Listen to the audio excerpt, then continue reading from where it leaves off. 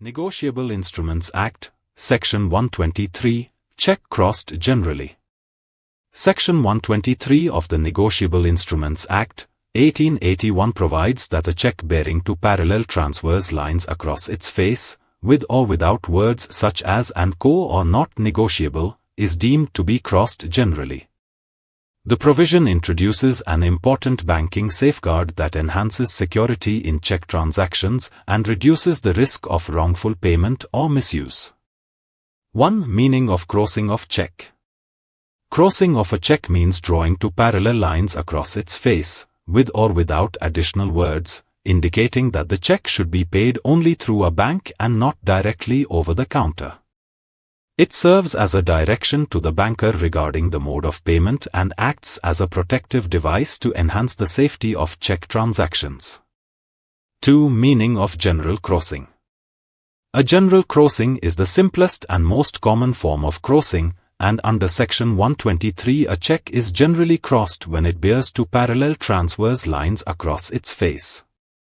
Such crossing may appear with or without the words "and co," any abbreviation thereof, or the words "not negotiable," and once marked in this manner the cheque is treated as generally crossed. 3. Two parallel transverse lines. A general crossing consists of two parallel transverse lines across the face of the cheque, indicating that it must be collected through a banker and not paid directly over the counter. 4. Addition of words and company. The section also recognizes the addition of the words "and company" or "and co," whose presence reinforces the intention that the cheque is generally crossed. 5. Use of words "not negotiable." A generally crossed cheque may also bear the words "not negotiable," which do not prevent its transfer but ensure that a transferee cannot acquire a better title than the transferor, thereby providing additional protection against fraud or defective title. 6. Purpose of general crossing. The object of general crossing is to enhance the security of cheque transactions by ensuring payment through banking channels, reducing the risk of misuse, creating a transaction record, and protecting the true owner of the cheque. 7. Effect of general crossing.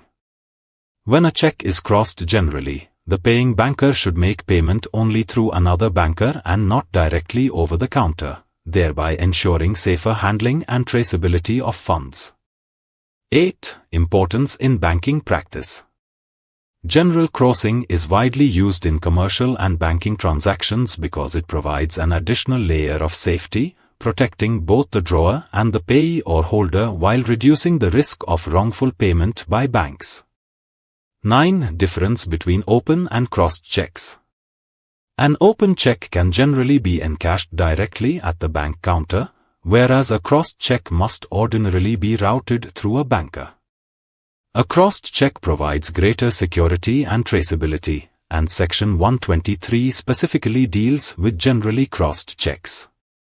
10. Difference between general crossing and special crossing.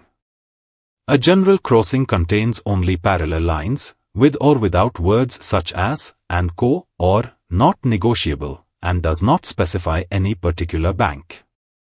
A special crossing specifies the name of a particular banker through whom payment must be made, whereas Section 123 deals exclusively with general crossing.